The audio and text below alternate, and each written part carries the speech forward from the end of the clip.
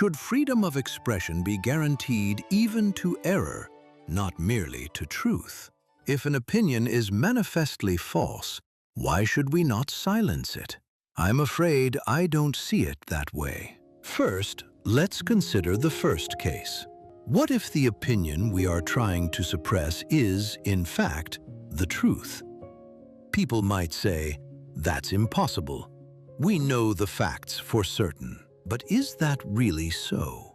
Before we answer this, there is something we must address. A vital premise. We are not infallible beings.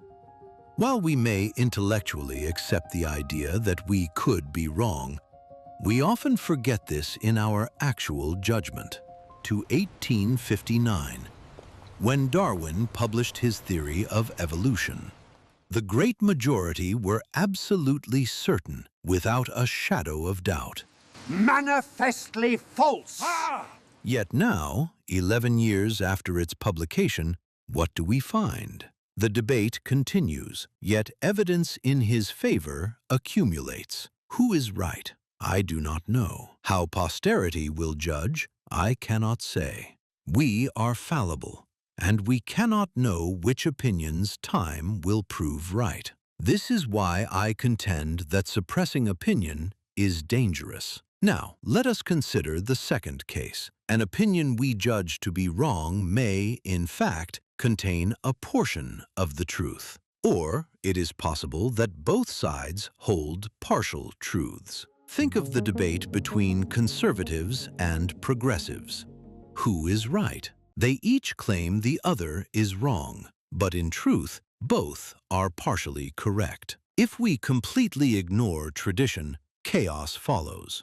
However, if we refuse to change, society begins to decay. In most cases, both sides have merit. The real challenge lies in how we find the balance. Complete truth is often found somewhere in the middle, by combining the insights of both sides. But what happens if we suppress one side's opinion?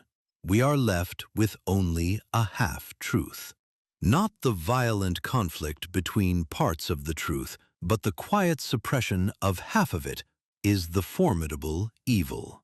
Now, let us move to the third and final case. What if our opinion is truly the truth, and the opposing view is genuinely wrong? In that case, is it not acceptable to suppress it? I say, no. Even then, suppression is dangerous. Even if the opposing opinion is false, to suppress it is to lose something of immense value. The opportunity for truth to become clearer and more vivid through collision with error. Socrates questioned incessantly. Do you truly understand this? What does that mean? Why do you think so? At first, people answered with confidence.